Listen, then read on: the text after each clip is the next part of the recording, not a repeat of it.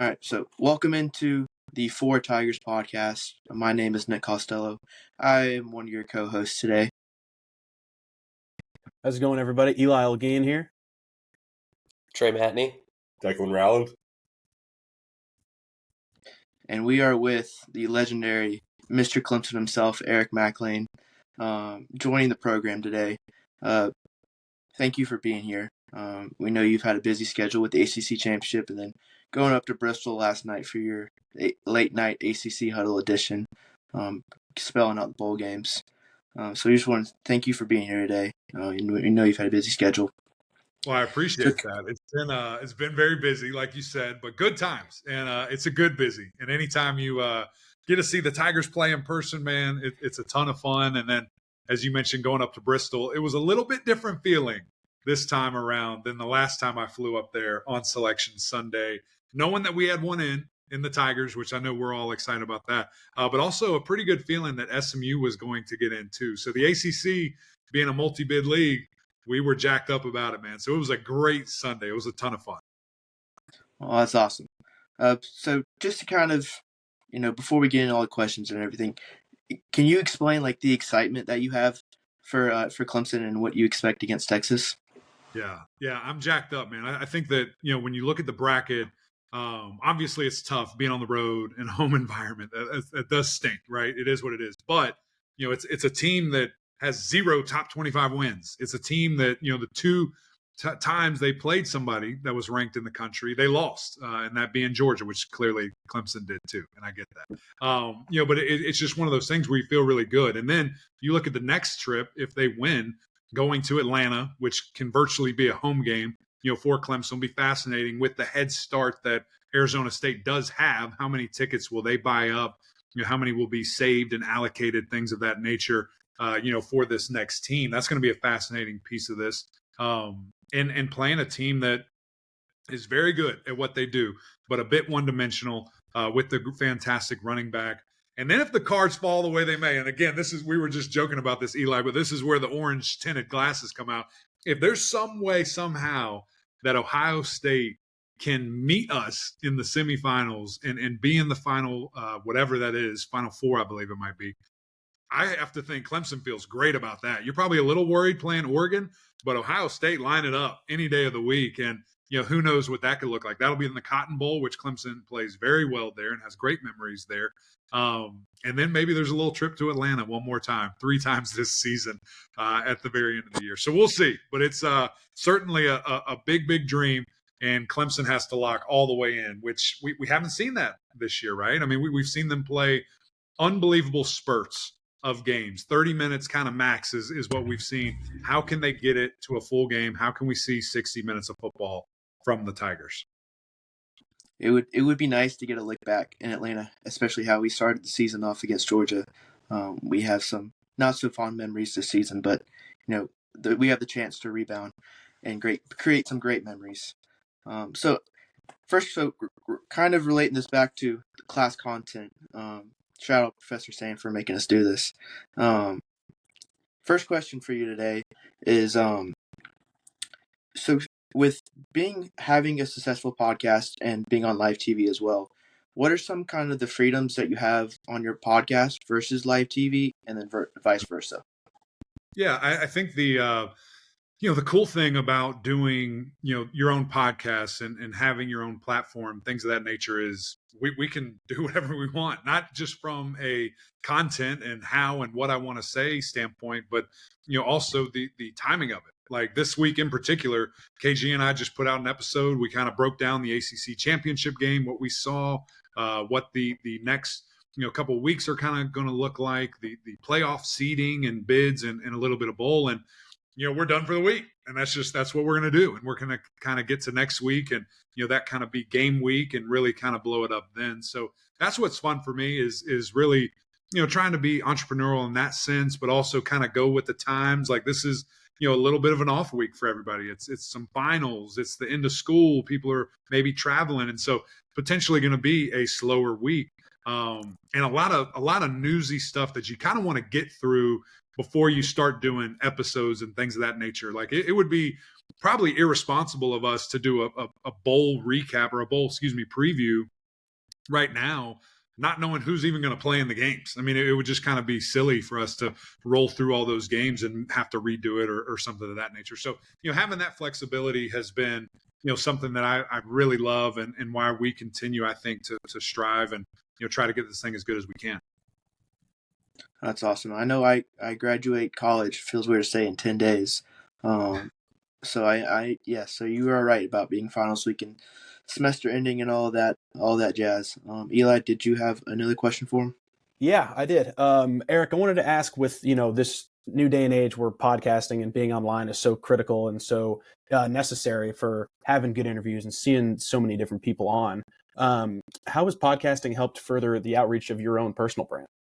Yeah. I think it's one of those things where, we're in an interesting world where things are changing, right? TV for the longest, has been this platform where that's where you got to be. If you're not on there, no one's going to hear your voice, things of that nature. Well, now with social media and digital and other things of that nature, things can be spread and published anywhere at any time. And so for me, it's really been helpful, again, not just waiting on, an opportunity that may or may not come, on TV, but having our own presence. If something happens, hey, we can jump on right now and talk about it. We can go and push that and get it on social media, get it on, SiriusXM and things of that nature. So it's been a privilege to us. I think we've seen a lot of growth, and it's helped us even more so, jump in to different markets. For forever, I was in that Clemson bubble, and my Clemson bubble was great, and I love that Clemson bubble so much. But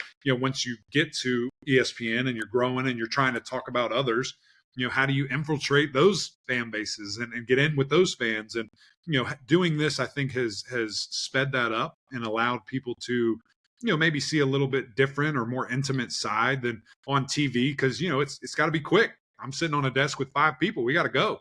With a podcast, it can be much more long form. We can hammer whatever and any topics we want. And I think people like that. And it makes it more, specialized and centralized on some of the other brands. So I think just with that, it has created, again, the understanding and spreading, to those other fan bases, which has been great for us. That's awesome. Trey, did you have something for him? Yeah, I was just gonna ask, with doing your stuff with ACC Network, you kind of have to.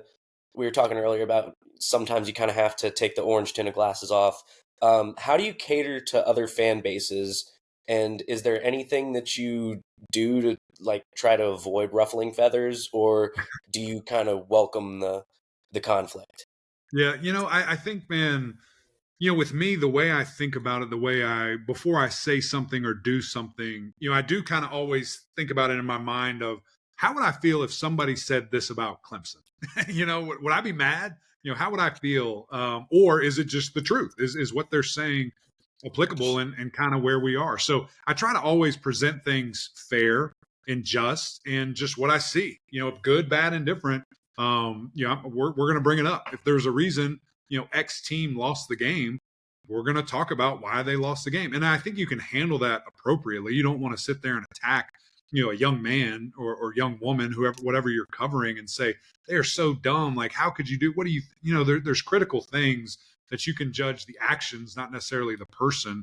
And then same thing with coaches, being not necessarily sensitive, but again, just fair. I'll never sit here and badmouth somebody, but we can talk about a decision that was or was not made, and that what we think should have been done. And of course, there's hindsight to that, but I think that we've been around and played enough ball where we do have those opinions, and they're justified, kind of within that. So I think the biggest thing within all of that is just in regards to perspective and how I handle different situations, how I view different situations is, my passion for this game is so high. I mean, I truly love this, and I don't want to ever endanger the integrity of that by, screaming, yelling, being hypercritical and making it into something it's not. I mean, this is a game at the end of the day that is a fantastic tool for a lot of different reasons. And so, that'll always be kind of my, mindset when I'm doing this, and we can get after it. We can have fun, but never, make it super critical to the point where, it's uncomfortable and maybe it feels weird. Like, what are you doing type of thing. All right, Declan, did you have another question for Eric? Yeah, for sure. So, Eric, I was reading an article about you in The Athletic from back in 2019, and it opened with this story about how you kind of faced some like tech issues while you filled in as a co-host for Packer and Durham. And I know we even had our own little kind of tech issue at the beginning of this show. I want to know whether it's a tech issue or kind of just a general problem, maybe something with a guest. Do you have any advice on handling kind of unexpected problems during a podcast or even a live show?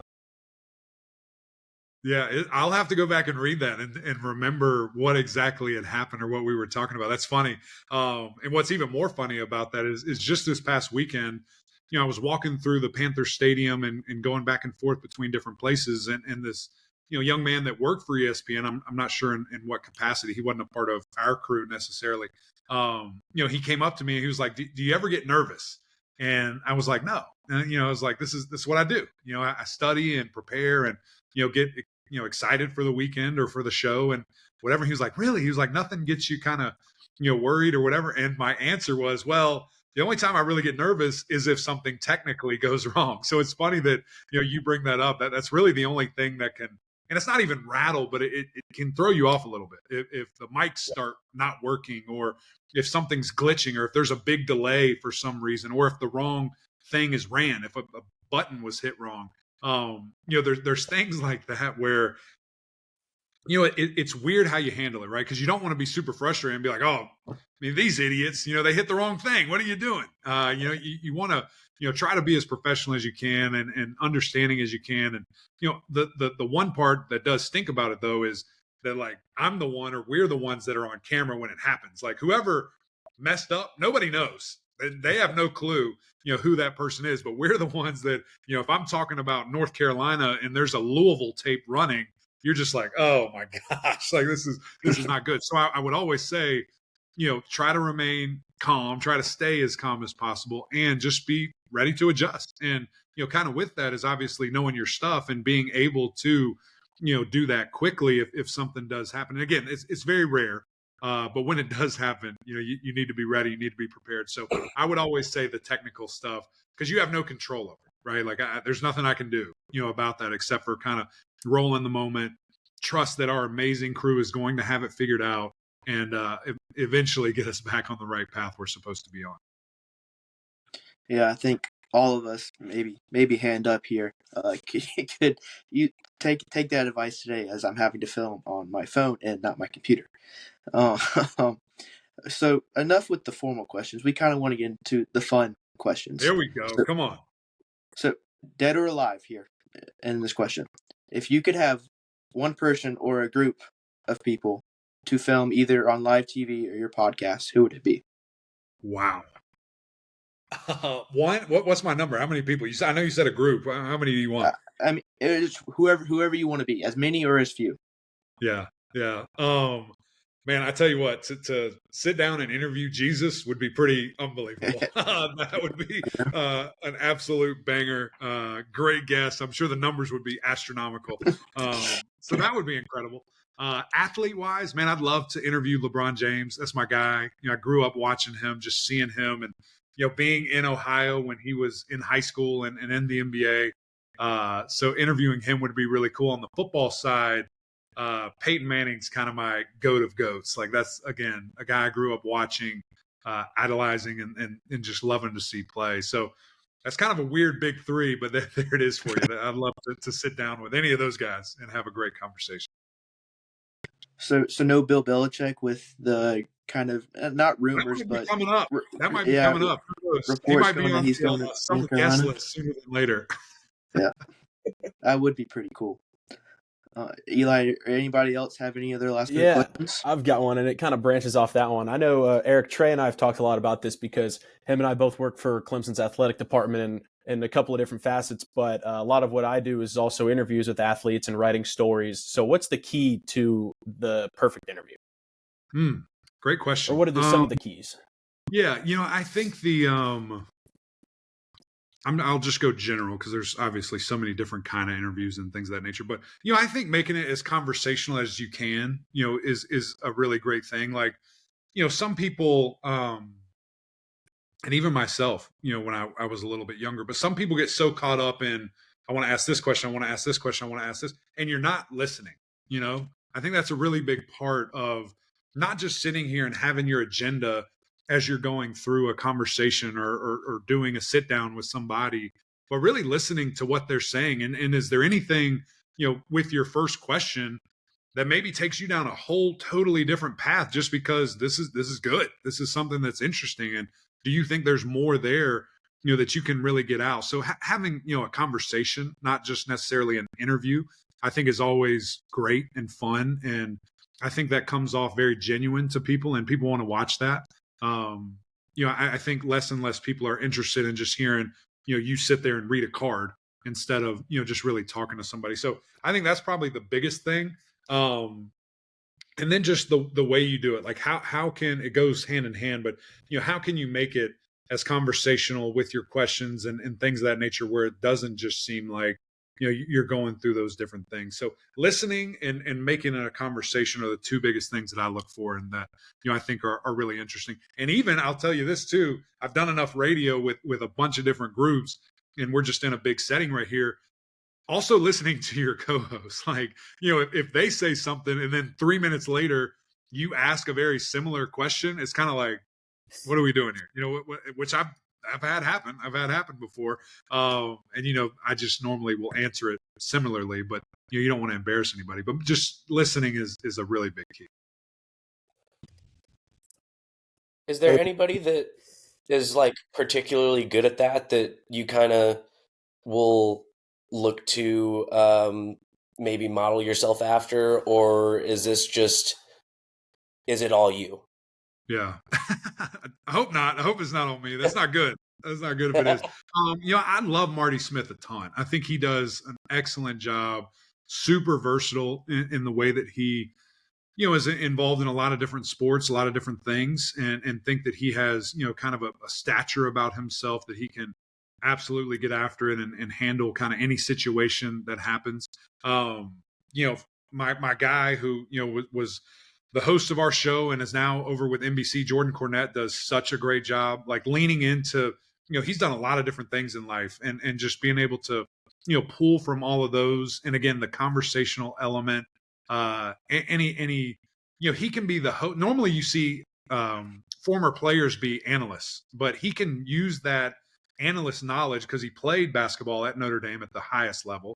And he can use that to know what questions to ask as a host. And I think that's really incredible too, to, relate back to the experiences that you have had and how can this relate to the person that I'm speaking to, to kind of make that happen. So those are kind of two that I always enjoy, watching and seeing the different things they do. I think Josh Pate does a great job too. A lot of his stuff is kind of on his own talking, but when he does sit downs, with various people, I think he does a tremendous job there as well. All right. One last question before we let you go, as we appreciate your time here. Do you have a favorite moment or interview or anything like that you've done either on your podcast or live show? Man, that's a tough one because there's so many. Podcast wise, man, probably this is more of an overarching thing, but probably when we decided to really lean into YouTube, that was a big deal. Like going away from just audio, having the visual element, just taking it, kind of up another notch and having that, visual aspect that can have so many different things with, showing different things or just seeing that interaction, reactions, faces, obviously having sponsored elements, things of that nature was a really cool thing, really fun thing for me. And then really, with TV, this year in particularly, we did a lot of cool things, going to SMU for the very first time, meeting and seeing all those people, seeing the spectacular game-winning plays. It's something that I never take for granted, man, to be there, to be a part of it. The interviews we have, the families crashing the set. It truly is an amazing thing. And I don't ever want to pinch myself, don't ever want to wake up, but somehow this is what I do for a living. And it's been such a cool thing for me. Yeah, that's really awesome. I think all four of us can agree that we hope to strive to the level of success that you're having right now. Again, appreciate your time. Thank you for coming on. Keep killing it. I'll keep doing my work for you and Kelly. And then, let's go. We're going to Austin, baby. Let's go Tigers. Come on. I can't wait. There's a little birdie out there whispering we might be going too. So I can't wait. We'll see if that comes to fruition. Hey. I appreciate y'all having me. Thanks so much.